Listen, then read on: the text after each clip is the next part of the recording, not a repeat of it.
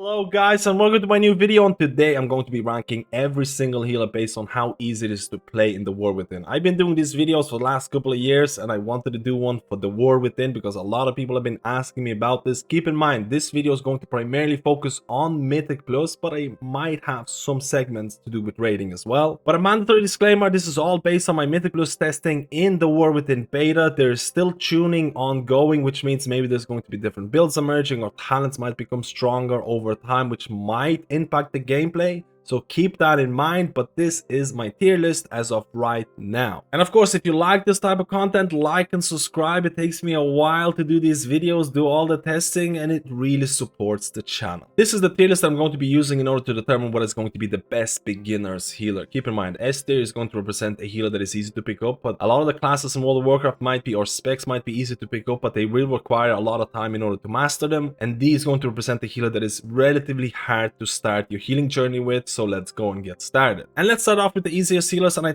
think there's going to be multiple healers in that S tier, and we'll talk about this, but right now we're going to start off with Holy Priest. And we do have to talk about the fact that there is a big difference between being a reactive healer and proactive healer. Historically speaking, or based on my experience, being a reactive healer is going to be easier because you see people take damage and you heal them up, versus being a proactive healer where you need to anticipate damaging events. And Holy Priest, in my eyes, is going to be a very reactive healer. It does what it says on the tin. People take damage, you're gonna heal them up, you're gonna play around your Holy Word spells.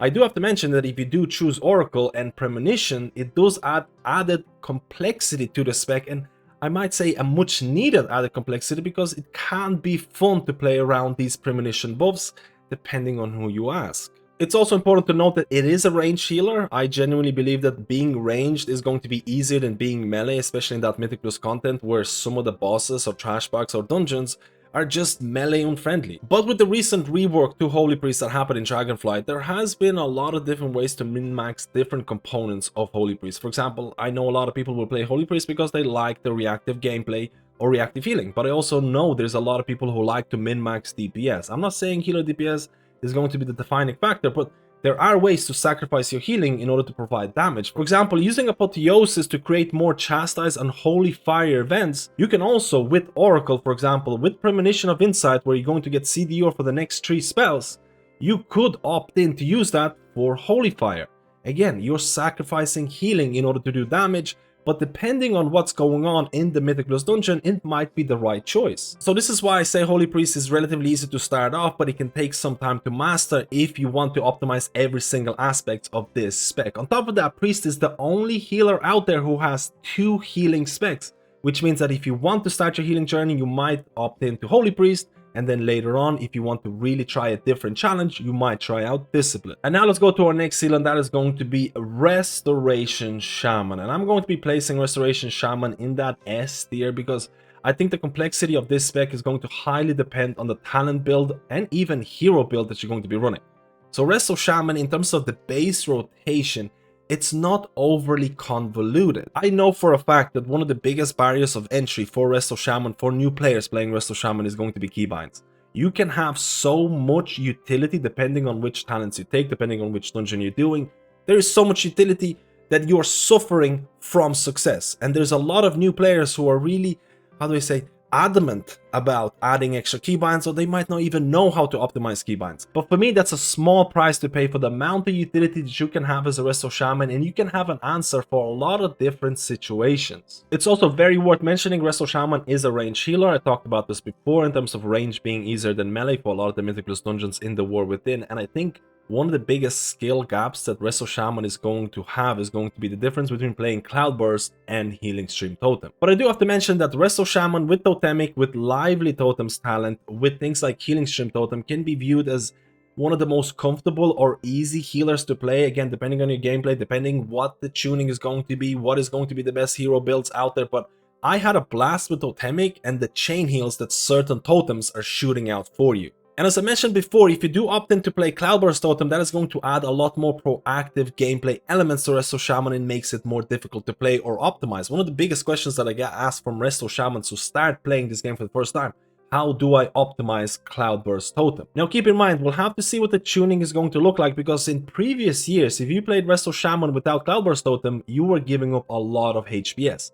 This has kind of changed in Dragonflight, where Blizzard was trying to bridge the gap between Healing Stream Totem and Cloudburst. And I hope Blizzard is going to continue with similar mentality. For example, I hope they're going to achieve a similar balance to where if you want to min-max your Resto Shaman and get extra reward, you can play Cloudburst Totem and really push it to the limit. Or if you want to opt in for a more relaxed kind of gameplay, you can still pick Healing Stream Totem and still do decent numbers. And now let's go to our next healer, and that's going to be the first melee healer in this list, and that is going to be Holy Paladin. I'm going to be placing Holy Paladin in A tier for multiple different reasons, but again, my enjoyment of Holy Paladin has been immense in beta because the rework has been fun. Your niche or your spot healing has been increased, and you're kind of getting back your niche as a Holy Paladin, which a lot of people want. A lot of people want your spenders and your spot healing to feel powerful and effective. I was a little bit scared about some of the recent nerfs or changes that happened to Holy Paladin. Holy Infusion has been removed, but honestly, it is not the end of the world, and Holy Paladin, in my eyes, is still a fun and relatively easy healer to play. Let's talk about it. But with Holy Paladin, you want to stay in melee, especially in Mythic content. We'll have to see how the tuning might happen in the future, but you want to stay in melee, you want to provide an interrupt, you want to use Crusader Strikes, you want to provide damaging components.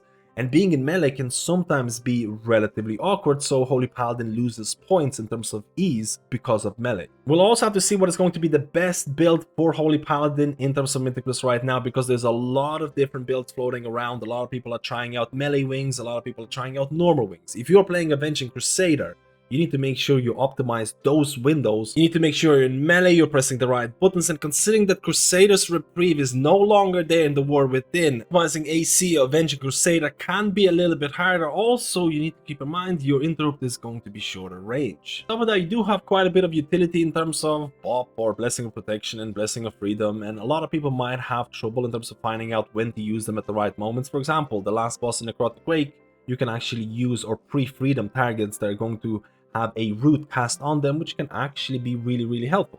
So you need to learn when to use them properly, which can require a little bit of knowledge. And in my opinion, Holy Paladin is a great choice for anyone who's looking to start their healing journey in the War Within. I think the class or the spec has been simplified because you don't have Daybreak anymore. You don't have to play around Glimmer of Light. And the fact that Blizzard is bringing back some of that niche to Holy Paladin in terms of spot healing, that only makes it a more compelling choice. Let's talk about our next healer. In this case, is going to be Mistweaver Monk, and I really thought about where to place Mistweaver Monk in the difficulty chart for new healers.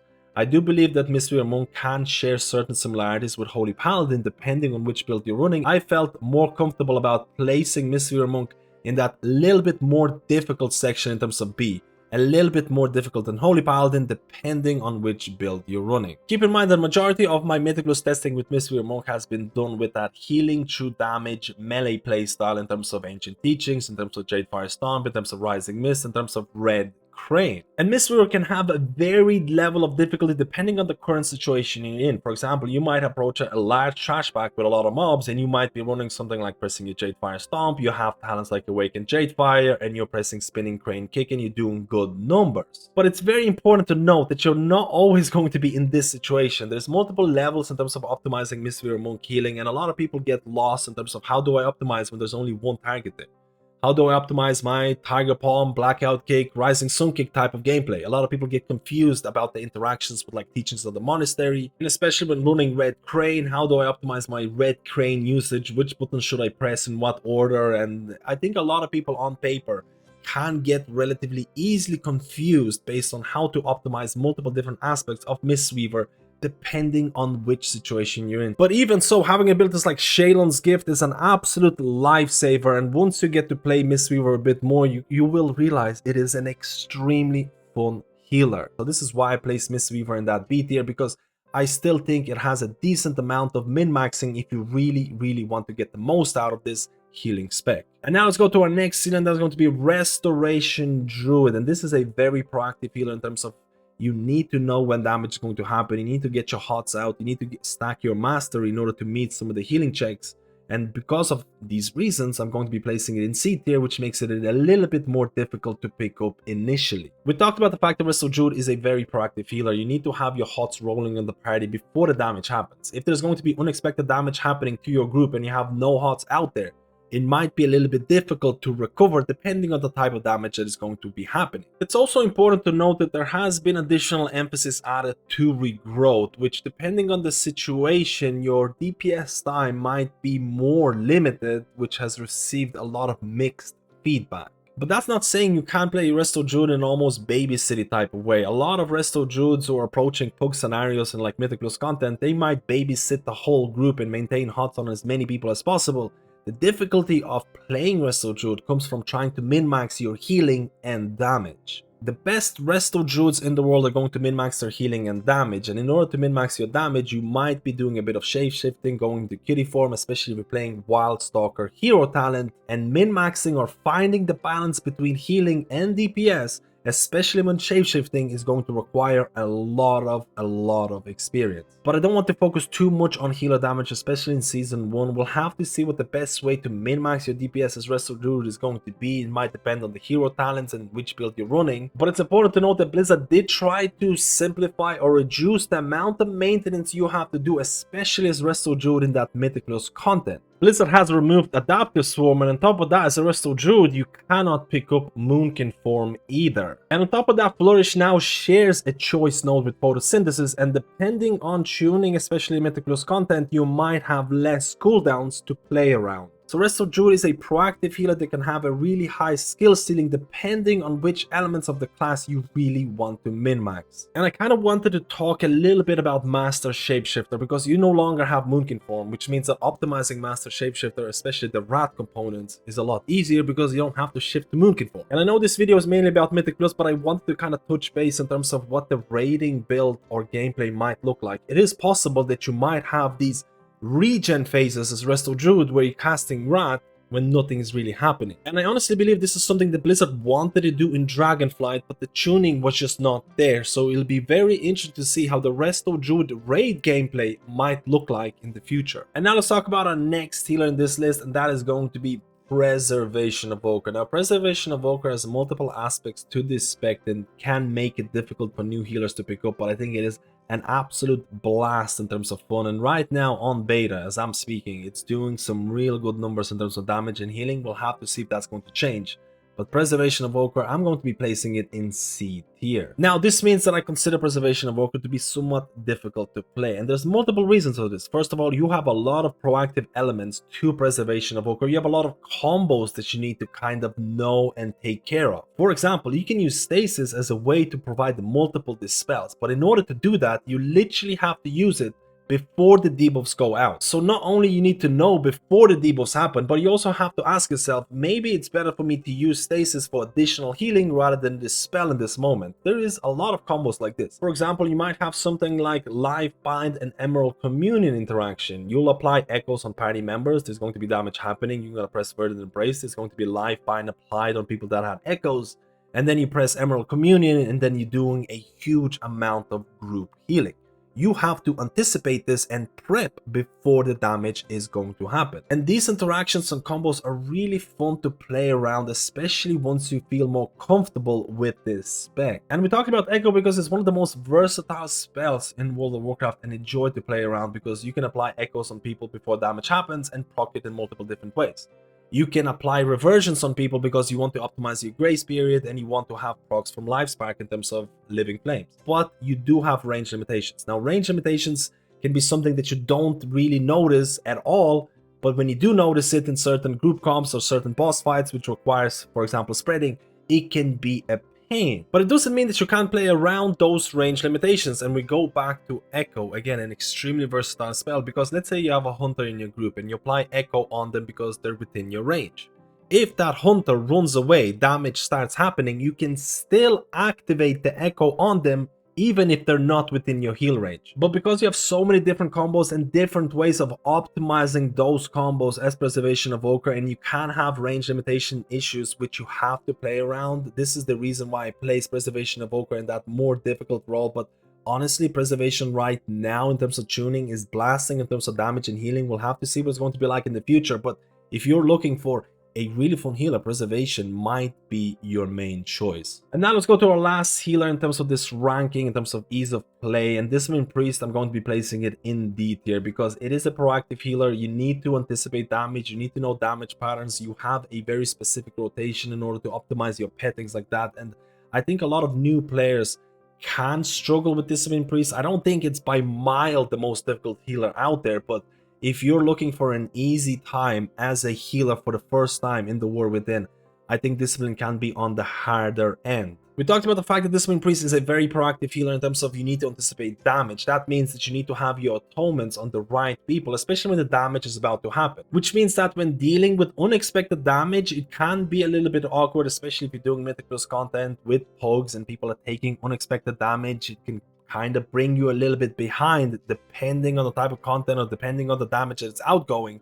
And on top of that, given the fact that throughout most of the beta, Discipline Priest balancing has been somewhat under-tuned, testing Discipline Priest was a little bit awkward. Keep in mind, Blizzard is buffing Discipline Priest, and I'm really hopeful that they're going to get the healing balance right. So Discipline Priest is a proactive healer. You need to anticipate damage. You also can have issues when dealing with unexpected damage. You also have a very strict set rotation that you need to follow, especially during your pet windows, in order to optimize your healing through damage. And if you have to move and you don't know how to play around that, it can also be extremely punishing. But I don't want people to get discouraged, because if you enjoy healing through damage, Discipline Priest is extremely fun, especially if you can also resonate with class fantasy of applying shields, providing absorbs, anticipating damage. And if you like to min-max your healers, if you like all these different type of components to a class, Discipline is going to be an excellent choice for you, depending if you're up for the challenge. And this is my summary for the easiest healers when it comes to that Mythic Plus content in the War Within. This is based on my beta testing. Keep in mind, there's multiple healers out there which we're not 100% sure about the best builds or the best gameplay that is available for them, because tuning is still ongoing. There are certain talents that are going to be changed, and maybe certain gameplay is going to evolve.